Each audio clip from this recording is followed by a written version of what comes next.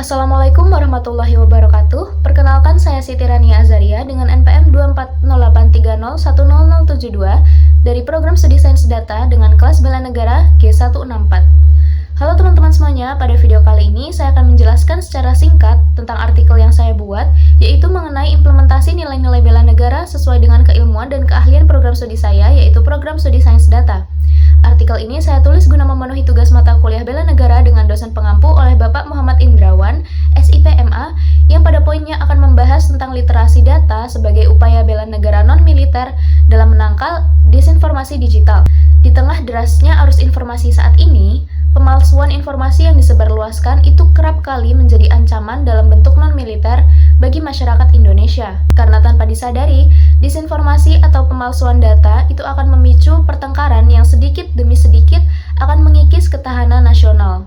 Nah, fenomena ini bisa menjadi tantangan yang serius bagi masyarakat agar mereka dapat meningkatkan peran literasi data guna mencegah adanya disinformasi digital. Didukung oleh hasil survei pada tahun 2024 yang dikeluarkan oleh Asosiasi Penyelenggara Jasa Internet Indonesia atau yang disingkat APJI, pengguna internet di Indonesia itu mencapai hingga 221 juta orang dari 278 populasi di Indonesia, yang dimana 34,4% mayoritas penggunanya berasal dari generasi Z. Nah, dari data pendukung tersebut, sebetulnya secara bersamaan generasi muda justru memiliki kemampuan untuk memperkuat identitas kewarganegaraannya bila dibarengi dengan literasi digital yang baik. Dalam upaya menumbuhkan rasa cinta tanah air, mahasiswa sains data mampu berperan dalam melawan narasi negatif dengan kemampuan menyajikan data yang informatif dan etis tentunya. Peningkatan literasi data juga merupakan bagian dari implementasi nilai bela negara, yaitu sadar akan berbangsa dan bernegara Indonesia. Bagi mahasiswa sains data, nilai kesadaran ini dapat diwujudkan melalui kemampuan untuk mengenali sumber data resmi, memahami konteks kebijakan publik, serta menghormati regulasi terkait pengelolaan data. Sehubungan dengan nilai sebelumnya, berdasarkan studi yang dilakukan oleh Maisaroh dan kawan-kawan pada tahun 2025 menunjukkan bahwa implementasi nilai Pancasila, khususnya pada sila ketiga yaitu Persatuan Indonesia, dapat dilakukan dengan menjaga interaksi positif di dunia maya, serta menghindari ujaran kebencian yang dapat mengancam persatuan bangsa.